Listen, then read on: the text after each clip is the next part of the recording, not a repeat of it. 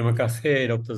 Zalina dan terima kasih kepada Encik Aizuddin yang hari ini menjadi kita punya technical support kerana Cik Hazwani dan Cik Siti dua-dua orang ada dalam kapal terbang sedang dalam perjalanan ke KLIA kerana seperti yang disebut oleh Dr. Zalina, Convention CDL untuk semua pembentang yang selalu melaksanakan program CDL di 55 pusat CDL ni akan mengikuti convention mulai malam ini dan juga besok. Saya berharap rakan-rakan lain, tuan-tuan dan puan-puan yang ada bersama kita pada hari Jumaat ini, terima kasih saya ucapkan kepada anda semua kerana meluangkan masa untuk bersama untuk sesi CDL yang kita adakan pada setiap hari Jumaat ini. So, tuan-tuan dan puan-puan, walaupun anda tidak hadir akan convention besok, seperti yang disebut oleh Dr. Zalina, anda boleh mengikuti program ini melalui live streaming nanti. Kalau anda perlukan link dia dan sebagainya, mungkin boleh kita letakkan dalam chat hari ini dan juga ada juga dalam portal CDL. Right? So tuan-tuan dan puan-puan, saya pilih tajuk hari ini Grassroots Model for Strategy Development.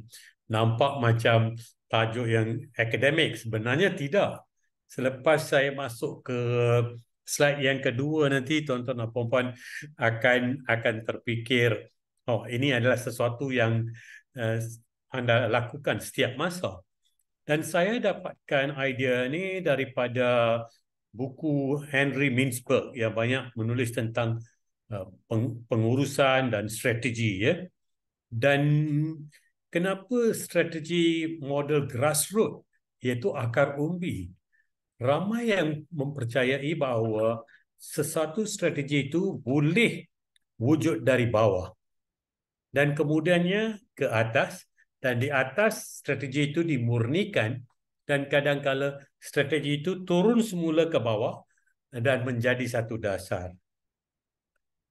So, strategi ini bila from bottom up ini dia datang daripada practitioner, pengamal. Dalam pendidikan siapa pengamal? Pengamal, cikgu, kepimpinan sekolah, PPD dan juga stakeholder, ya, terlibat di peringkat akar umbi, di peringkat grassroots ini. Dan ini di antara strategi yang paling efektif dan efisien bila dia datang daripada bottom up, right? Kenapa?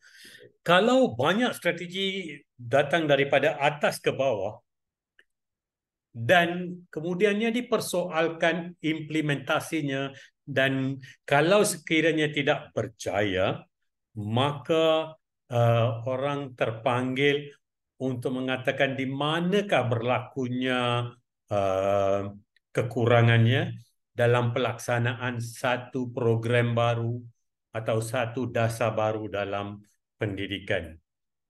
So yang penting, kalau kita nak membina satu strategi atau dasar baru, biarlah dasar atau strategi atau idea itu diselaraskan dari bawah dahulu. Kerana idea itu akan dilaksanakan di peringkat akar umbi. So penting untuk ada buy-in. Istilah yang selalu digunakan dalam pengurusan, buy-in artinya dah ada satu persetujuan, sudah ada satu pemahaman yang sama. Orang dalam percakapan biasa kata we are on the same page. Apa maksudnya we are on the same page? Artinya kita ada satu ingatan bersama, institutional memory, kita ada satu pemikiran yang selari, kita ada perbezaan tetapi kita memahami apa yang idea yang kita nak utarakan. So, strategi ini boleh datang daripada bawah ke atas atau dari atas ke bawah. Tapi hari ini matlamat saya adalah untuk kongsikan strategi yang wujud daripada yang diutarakan daripada bawah ke atas. Next slide please.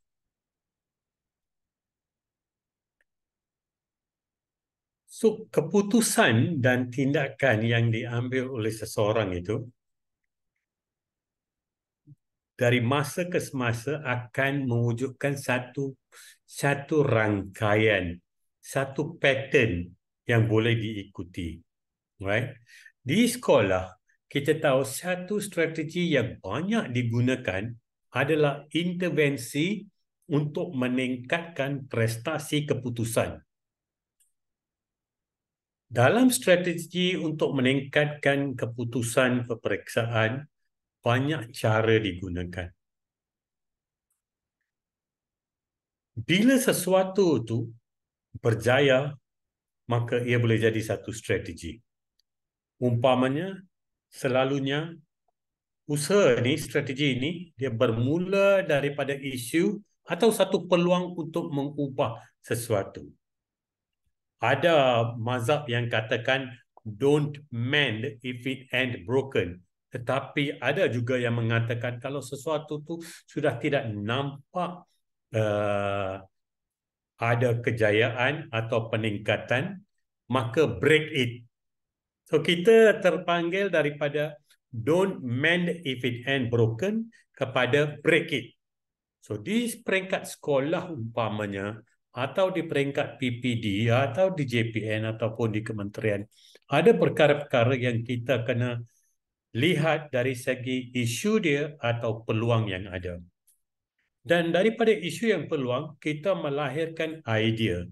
Idea ini boleh datang daripada orang biasa. Dalam banyak syarikat korporat di Jepun, mereka mengutarakan idea daripada subordinate dalam organisasi. Idea tidak semestinya datang daripada pihak kepimpinan organisasi sahaja. Idea boleh datang daripada bawah. Kerana mereka mengenali isu atau peluang yang ada. Kalau idea itu nampak macam membawa satu perubahan, makin lama kelamaan dia boleh jadi satu strategi. Dan kalau strategi itu berjaya dan orang lain belajar dan juga mengikuti atau mengambil iktibar daripada strategi itu, mencontohi strategi itu, mengambil teladan daripada strategi itu, maka ia boleh menjadi satu best practice, satu amalan terbaik. Dan bila dia menjadi amalan terbaik, maka ia boleh memenuhi keberhasilan yang kita harapkan. Keberhasilan maupun keberhasilan murid atau keberhasilan organisasi secara keseluruhan atau institusi seperti sekolah. So ingat, kalau anda lihat di atas, dari bawah ke atas. Dan saya tanya rakan-rakan juga daripada negara Finland, bagaimana? Mereka katakan bahawa bila ada satu pembaharuan yang nak dilakukan, mereka akan mula dari bawah. Cikgu-cikgu akan meneliti adakah satu pendekatan yang mereka harap dan gunakan pada masa depan, apa pandangan cikgu, apa maklum balas yang diperoleh. So ini satu proses ya, yang bagi saya kalau kita nak menyelesaikan isu atau kita nak exploit satu peluang, nak mencari ruang dan peluang untuk pembaharuan, maka ia boleh bermula dari bawah. Tidak semestinya kita kena bergantung kepada pihak atasan untuk sentiasa nak menurunkan satu strategi dasar atau program yang baru. Kerana apa? Dalam pengurusan kita selalu dengar ungkapan one size does not fit all. Bagaimana satu perkara dapat satu intervensi, satu idea dilaksanakan di Kuala Lumpur berbeza dengan apa yang berlaku di kawasan pedalaman atau di pinggiran bandar dan sebagainya. Maka kita kena ada satu idea besar, tapi pelaksanaan think global, act local. Kita ada idea besar dia, tapi yang nak laksanakan kita lihat. So strategi yang produktif strategi ini, dia akan tumbuh dalam satu situasi di mana kita beri peluang untuk orang meluahkan idea. Kita tidak mau guided meeting. Masuk meeting, mesyuarat, semua orang senyap. Tak ada siapa nak bagi idea. Ya, kerana takut nak bagi idea.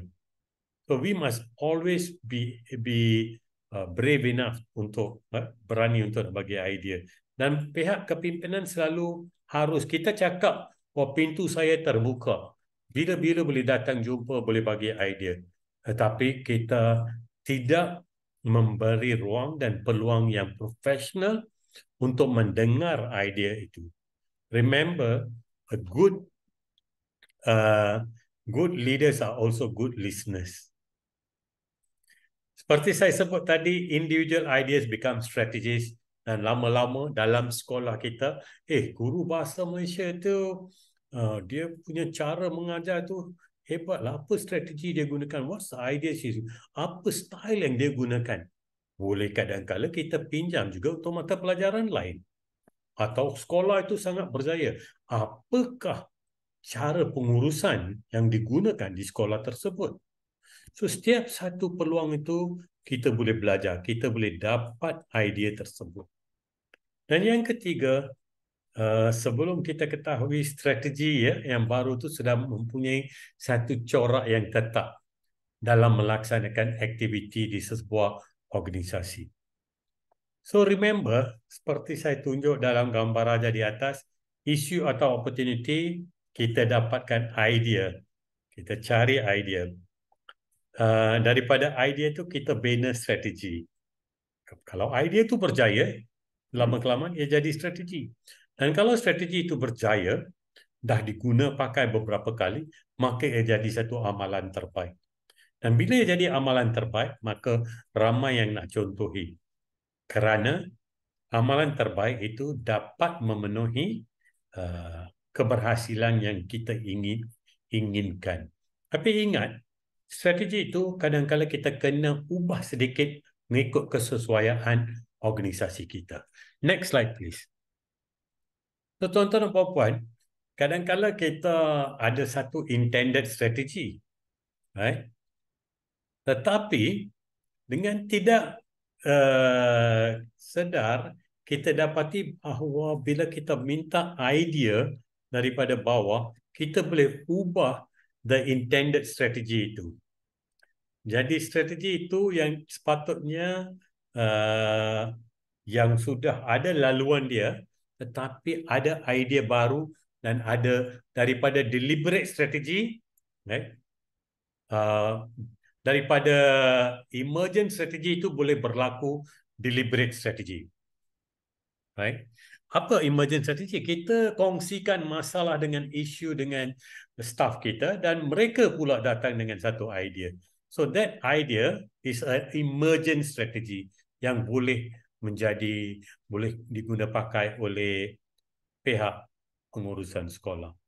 Dan bila strategi itu berjaya, ia menjadi satu strategi yang bernas, realized strategi yang berjaya, yang boleh digunakan. So very simple, seperti gambar raja yang saya tunjukkan dalam slide sebelum ini. Kita hanya boleh bina strategi, emergent strategi ini untuk menjadi deliberate strategi yang dirancang kalau kita beri peluang kepada pihak staff kita untuk meluahkan idea-idea mereka. Right? Next slide, please. So, tuan-tuan dan puan-puan, baru ini kita telah mengikuti perkongsian tentang kurikulum persekolahan tahun 2027. Dan perkongsian ini berlaku secara leluasa dan ini adalah peluang untuk tuan-tuan dan puan-puan beri idea anda, beri maklum balas anda supaya kita boleh jadikan sistem pendidikan kita mantap dan hebat yang setanding dengan negara lain, sejajar dengan falsafah pendidikan kebangsaan dan satu sistem pendidikan yang future proof, artinya sesuai dengan masa depan negara kita dan dunia secara keseluruhan. So, inilah satu grassroots model untuk membina strategi bila anda memberi maklum balas tentang kurikulum persekolahan. So, ini peluang untuk anda cara yang digunakan oleh pihak kementerian adalah sungguh membina kerana ini peluang kepada anda semua dan juga masyarakat untuk memberi maklum balas atau idea dan sebagainya supaya kurikulum persekolahan kita pada masa depan memang mantap dan sesuai dengan perkembangan uh, pendidikan di dunia dan juga alam kerja dan sebagainya. Setiap aspek ya, termasuk persekitaran, environment, science and everything. Next slide please. So banyak perkongsian tentang maklumat ini telah dibuat melalui teks ucapan dah mula keluar dalam surat khabar. Saya harap cikgu-cikgu jangan kata saya cikgu saja apa idea saya nak beri. Itu bukan grassroots level punya strategi model. Grassroots level strategi, your thoughts matter. Kita kata every child matters, every teacher matters. Whatever thoughts, kalau 10, 20, 3,000, 5,000 cikgu sebut tentang perkara yang sama, maka idea itu sudah boleh dirangka untuk jadi strategi dalam kurikulum. Oh please, kita kongsikan, beri pandangan dan maklum balas yang bernas daripada peringkat akar umbi. So sekarang tuan-tuan dan puan-puan nampak kenapa saya pilih tajuk untuk hari ini iaitu The Grassroots Models in Strategy Building. Ini satu contoh yang baik dalam rangka kurikulum pendidikan di negara kita. Next slide please. So tuan-tuan dan puan-puan seperti biasa tuan-tuan dan puan-puan tahu bahawa ilmu tu kita boleh perolehi daripada pelbagai sumber, kadang-kala daripada sumbangsaraan profesional kita, right? Kadang-kala daripada buku, daripada makalah, majalah, daripada bacaan dan merata tempat. Ilmu ni adalah penting because reading is thinking, listening is thinking. Right? So anda perlukan satu pendekatan yang positif. Do not forget, it is easier to build strong children than to fix broken adults. So we are entrusted, kita diberi tugas untuk membina kanak-kanak yang hebat, yang resilient seperti yang disebut oleh Yang Berhormat Menteri Pendidikan kita. We want a resilient generation in the future. So tuan-tuan dan puan-puan, akhir kata, jangan lupa if a child can't learn the way we teach, maybe we should teach the way they learn. Sekian, terima kasih. Itu saja daripada saya. Hari ini kita hebat kerana koordinator agung kita, Dr. Zalina sendiri menjadi moderator untuk sesi hari ini. Orang yang sibuk tapi dia dapat juga meruangkan dan meluangkan masa dia. Okay, Dr. Zalina, back to you.